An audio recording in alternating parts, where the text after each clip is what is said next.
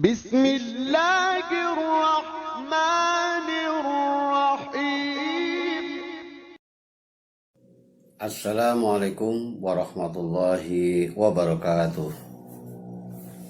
Alhamdulillah wa syukurillah, la khawla wa la quwata illa billah. Asyhadu an la ilaha illallah wahdahu la syarikalah wa asyhadu anna Muhammadan abduhu wa rasuluhu la nabiyya ba'dah. Allahumma sholli wa sallim wa barik ala Muhammadin wa ala alihi wa ashabihi rasulillahi ajma'in. Para pemirsa yang dirahmati oleh Allah Subhanahu wa ta'ala, berjumpa kembali dengan saya. Mudah-mudahan pertemuan ini merupakan pertemuan yang diberkati oleh Allah Subhanahu wa ta'ala. Kemudian juga tak lupa salam sholawat kita panjang sanjungkan kepada Nabi Agung Muhammad Sallallahu Alaihi Wasallam, Nabi akhir zaman, Nabi penolong kita yang senantiasa kita nantikan syafaatnya di yaumul kiamah. Para pemirsa yang dirahmati oleh Allah Subhanahu wa ta'ala, kali ini kami masih membahas di sekitar orang-orang yang dicintai oleh Allah Subhanahu wa ta'ala. Dan pada pertemuan kali ini saya akan membahas tentang ihsan, di mana kata-kata ihsan di dalam Al-Quran itu banyak mengandung makna. Oleh karena itu akan kami coba membahasnya, bahwasanya ihsan itu berasal dari kata hasuna yahsunu ihsanan, yang artinya adalah berbuat baik, sebagaimana firman Allah Subhanahu wa ta'ala dalam surat An-Nisa, wa'budullaha wa la tusyriku bihi syai'a wabil walidaini ihsana wabidhil qurba wal yatama wal masakin. Wa'budullaha, hendaknyalah kamu hanya beribadah kepada Allah, wala tusyriku bihi syai'a, dan janganlah kamu berbuat syirik kepadanya.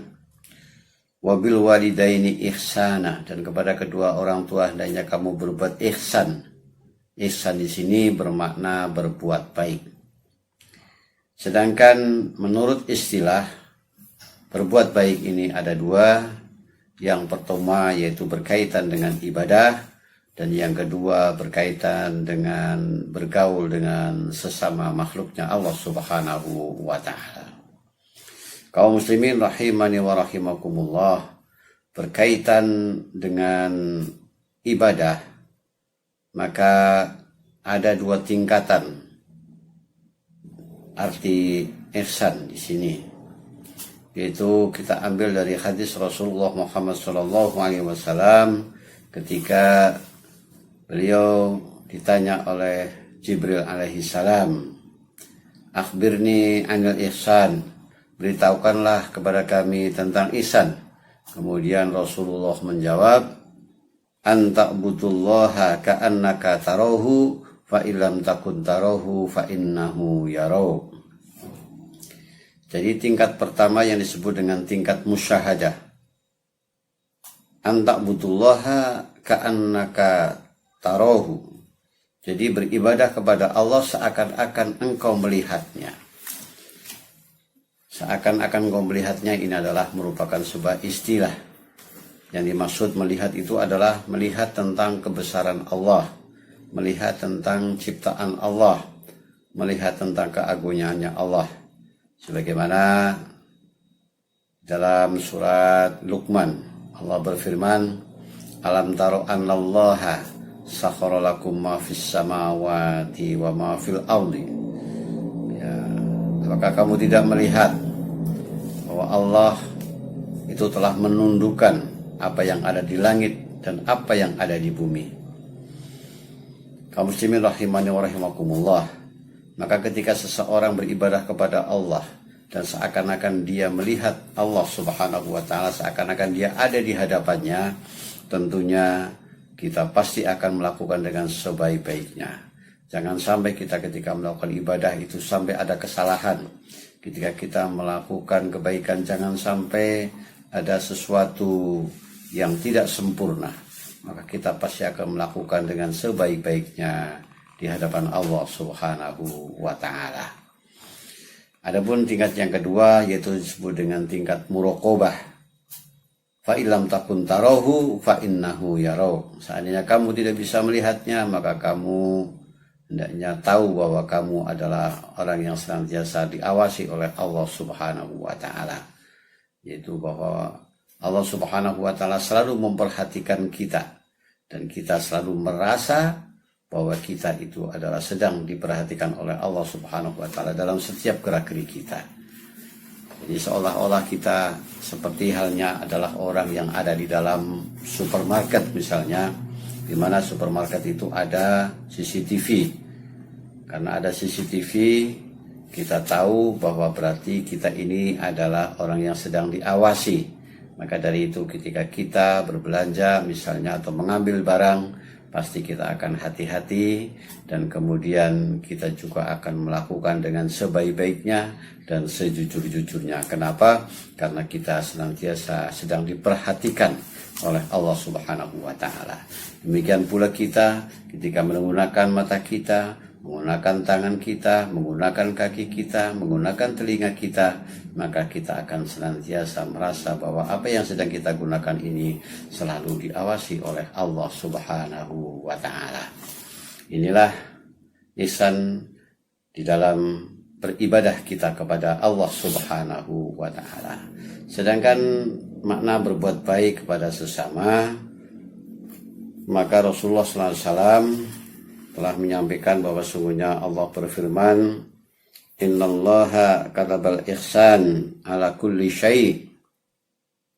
Kata Rasulullah bahwa sesungguhnya Allah telah mewajibkan agar kita berbuat baik ala kulli syai' kepada segala sesuatu. Fa idza qataltum fa ahsinu qitlah. Apabila kita ingin membunuh, maka membunuhlah dengan cara yang baik. Jadi salah satu contoh misalnya kita digigit hewan, lalu hewannya menggigit, akan kita bunuh. Maka dalam cara membunuhnya itu pun harus dilakukan dengan secara baik. Yaitu jangan sampai ketika kita mau membunuh itu sebelum dibunuh dipatahkan kakinya, kemudian ditusuk perutnya dan lain sebagainya. Maka ini akan menyiksa, dan itu tidak diizinkan oleh Allah Subhanahu wa taala. Kemudian wa idza dzabhtum fa ahsinu dzabhah. Apabila kita akan menyembelih, karena kita mungkin ingin makan ayam atau sapi atau kambing, ya, maka ketika kita akan makannya pasti harus disembelih dulu. Nah, ketika kita menyembelih, maka lakukanlah sembelihan ini dengan sebaik-baiknya, yaitu dengan cara yang santun. Fal yukhidda ahadukum syafratahu fal yurih zabihatahu. Apabila kita itu akan menyembelih hewan, maka tajamkanlah pisaunya, kemudian senangkanlah hewannya terlebih dahulu sebelum kita menyembelihnya. Kaum muslimin rahimani wa rahimakumullah, inilah berbuat baik kepada sesama, dan kemudian berbuat baik ini ada yang wajib dan sifatnya ada juga yang sunnah. Adapun yang wajib, yakni ketika kita berbuat baik kepada kedua orang tua, bergaul dengan orang tua, maka kita harus melakukan dengan baik, dan ini hukumnya adalah wajib. Kemudian juga kita ketika bermuamalah, berhubungan dengan sesama manusia, juga harus memakai yang santun, tidak boleh sembarangan. Ya, ketika kita mengadakan perjanjian, maka lakukanlah perjanjian ini dengan sebaik-baiknya. Kemudian ketika kita melaksanakan transaksi, juga lakukanlah dengan sejujur-jujurnya, sehingga kita tidak terkena dosa. Dan ini adalah merupakan perkara yang wajib untuk kita melakukannya. Adapun perkara yang sunnah, yang disunahkan oleh Rasulullah Muhammad SAW, yaitu ketika kita menyantuni anak-anak yatim, kemudian menyantuni orang-orang miskin, menolong orang yang lemah, dan lain sebagainya. Ini adalah perkara-perkara yang sunnah yang juga hendaknya bisa kita laksanakan. Kaum muslimin rahimani wa rahimakumullah, demikianlah arti daripada ihsan. Mudah-mudahan memberikan kefahaman kepada kita, Dan ingatlah bahwa Allah Subhanahu wa taala berfirman bahwa sesungguhnya innallaha qaribum minal muhsinin. Sesungguhnya Allah sangat dekat kepada orang-orang yang berbuat kebaikan. Demikian, mudah-mudahan ada manfaatnya. Akhirul kalam, assalamualaikum warahmatullahi wabarakatuh.